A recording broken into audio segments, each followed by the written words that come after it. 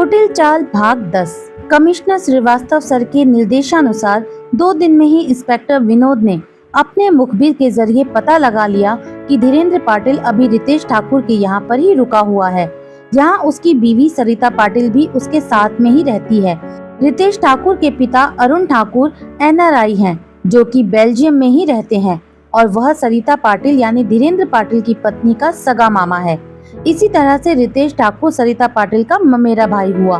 धीरेन्द्र पाटिल का बेटा नागेंद्र, जो कि नोएडा NCR में किसी तरह छोटे मोटे कॉन्ट्रैक्ट लेकर अपना रोजगार चलाता था, यहाँ पर एक बड़ा सिविल कॉन्ट्रैक्टर है। उसकी गाजियाबाद में एक बड़ी सी कोठी भी है। यहाँ पर वह अपनी बीवी पूनम और बच्चे मयंक के साथ रहता है। इंस्पेक्टर विनोद ने यह भी पता किया कि धीरेन्द्र पाटिल पहले कानपुर में एक बड़ा नेता था और वह मंत्री कुंदन महतो इस पाटिल का ही एक चमचा था, जो पहले चोरी, डकैती, गुंडागर्दी करता था, जिसे पाटिल ने धीरे धीरे राजनीतिक संरक्षण देकर विधायक बनाया था। धीरेन्द्र पाटिल के जेल जाने के बाद उसने अपनी राजनीतिक विरासत इस कुंदन महतो को सौंप दी थी और वह खुद पर्दे के पीछे से अपनी गोटियां सेकने का काम करता था। कमिश्नर BK श्रीवास्तव सर ने सारी सूचना अरविंद और अनुराधा को भी साझा की। इसके अलावा धीरेन्द्र पाटिल के बेटे नागेंद्र के यहाँ भी खुफिया निगरानी लगा दी। अनुराधा अब सारी फोन रिकॉर्डिंग, मंत्री कुंदन महतो और रितेश ठाकुर के साथ आने वाले लोगों की खुफिया रिकॉर्डिंग, सभी का डेटा एनालिसिस करके सारी कड़ियां जोड़ने का काम कर रही थी। अनुराधा ने धीरेन्द्र पाटिल के कॉल डिटेल्स चेक करके पाया कि उसने मथुरा के एक नामी गुंडे शब्बीर अहमद को अरविंद को मारने की सुपारी दी है। अनुराधा ने यह खबर मिलते ही अरविंद और कमिश्नर सर को खबर कर दी थी। इसी कारण समय रहते ही मथुरा पुलिस ने शब्बीर अहमद को पकड़कर अपनी हिरासत में ले लिया। शब्बीर अहमद को पकड़कर कड़ाई से पूछताछ करने पर पहले तो वह किसी भी प्रकार के अपराध में संलिप्तता से मना करता रहा, परंतु जब उसे उसकी और धीरेन्द्र पाटिल की रिकॉर्डिंग बातचीत का टेप सुनाया तो वह टूट गया। उससे पता चला कि वह इससे पहले भी मंत्री कुंदन महतो और धीरेन्द्र पाटिल के आदेश पर 3 हत्याएं कर चुका था। शब्बीर अहमद ही धीरेन्द्र पाटिल के मथुरा में स्थित कुछ अवैध कारोबार जैसे शराब की फैक्ट्री, भू माफिया और गौ तस्करी के कारोबार में कुछ स्थानीय आपराधिक तत्वों के साथ मिलकर कार्यान्वित करता था। क्योंकि उसे मंत्री का राजनीतिक संरक्षण प्राप्त था, इसलिए कभी भी पुलिस ने उस पर हाथ डालने की हिम्मत नहीं की। लगभग यही हाल गाजियाबाद के ठेकेदार मनीष गुप्ता को मारने के लिए भेजे गए गुंडे गुड्डू खटीक का भी किया गया। पुलिस ने गुड्डू खटीक को हिरासत में लेकर काफी टॉर्चर देकर धीरेन्द्र पाटिल और मंत्री के काले कारनामों को उजागर किया गया। गाजियाबाद और मथुरा में लगातार हो रही पुलिस कार्रवाइयों से धीरेन्द्र पाटिल का आपराधिक नेटवर्क तहस नहस हो गया था।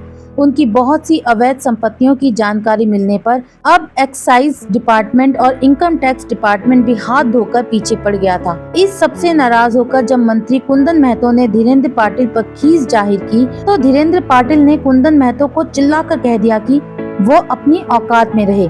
भूल गया क्या कि आज उसके पास जो कुछ है वह सब धीरेन्द्र पाटिल का ही दिया हुआ है। धीरेन्द्र पाटिल ने मंत्री कुंदन महतो को यह तक कह दिया कि ये मत भूलो कि आज भी मेरे पास तुमसे 100 गुना संपत्ति है। वो चाहे तो 10 कुंदन महतो पैदा कर सकता है। अभी हमारा वक्त खराब चल रहा है, इसलिए कुछ दिन चुपचाप जेल में शांति से पड़े रहो। पुलिस, एक्साइज डिपार्टमेंट और इनकम टैक्स डिपार्टमेंट चाहे तो पूरे भारत में उसकी संपत्ति जब्त कर ले, फिर भी कोई उसका कुछ नहीं बिगाड़ सकेगा। इस खबर से अनुराधा के कान खड़े हो गए। उसने तुरंत ही कमिश्नर श्रीवास्तव सर को सारी बात बताई।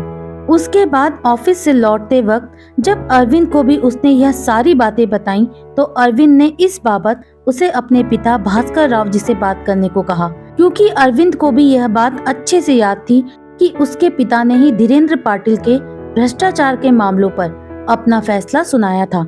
इसीलिए उस केस से जुड़ी छोटी बड़ी बात जो भी उन्हें याद होगी वह इस केस में बहुत मददगार साबित हो सकती है।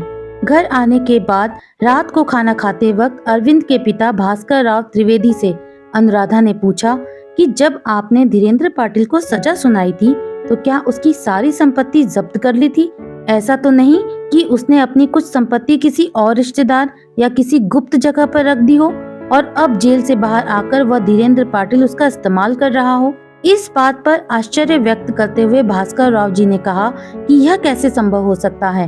उन्होंने खुद ही धीरेन्द्र पाटिल को 10 वर्ष के सश्रम कारावास के साथ ही उसके सभी सगे संबंधियों की जांच करके कुर्क कराने का आदेश दिया था।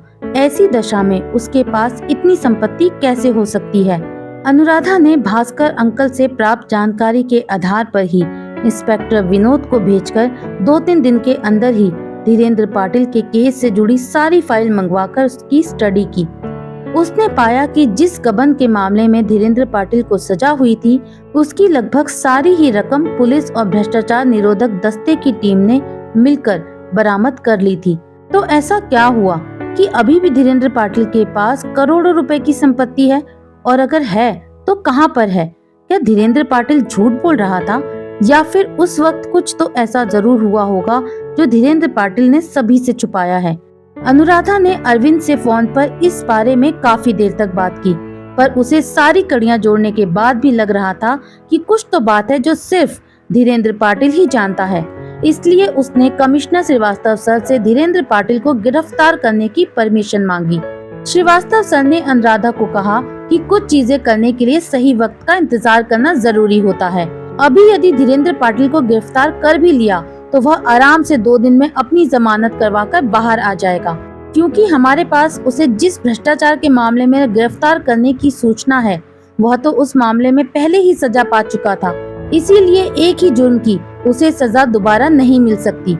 और यदि धीरेन्द्र पाटिल के पास कोई अन्य बड़ी संपत्ति है तो पहले उसका पता लगाना जरूरी है, अन्यथा वो हम पर ही प्रताड़ना के आरोप लगाकर राजनीति दबाव बनाने का काम करके मेरा, तुम्हारा या अरविंद का तबादला करवा सकता है।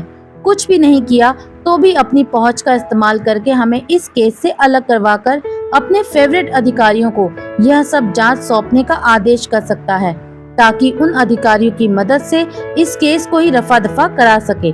और दूसरी सबसे जरूरी बात यह है कि उसका इस तरह आजादी से घूमना ही हमारे लिए फायदेमंद हो रहा है, क्योंकि वह जिससे भी बात कर रहा है, जहाँ भी जा रहा है, हमें सब कुछ पता चल ही रहा है। उसे गिरफ्तार करा के हम तो अपने ही इंफॉर्मेशन सोर्स को खत्म कर देंगे। कमिश्नर सर से बात करने के बाद अनुराधा को अपनी गलती का एहसास हुआ। उसने कमिश्नर सर से कहा कि ठीक है सर, अब धीरेन्द्र पाटिल पर और भी कड़ी निगरानी करेंगे और उस पर हाथ डालने से पहले उस अज्ञात संपत्ति के बारे में पता करेंगे।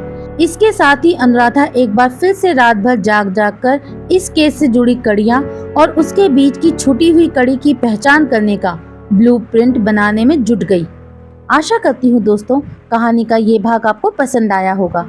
अगर पसंद आया है तो प्लीज मुझे कमेंट करके जरूर बताएं। अगर आपको ये कहानी पसंद आ रही है तो प्लीज मेरे चैनल को ज्यादा से ज्यादा लाइक करें, शेयर करें एंड सब्सक्राइब करें। बहुत जल्द मिलती हूँ इस कहानी के अगले भाग में। तब तक के लिए बाय बाय।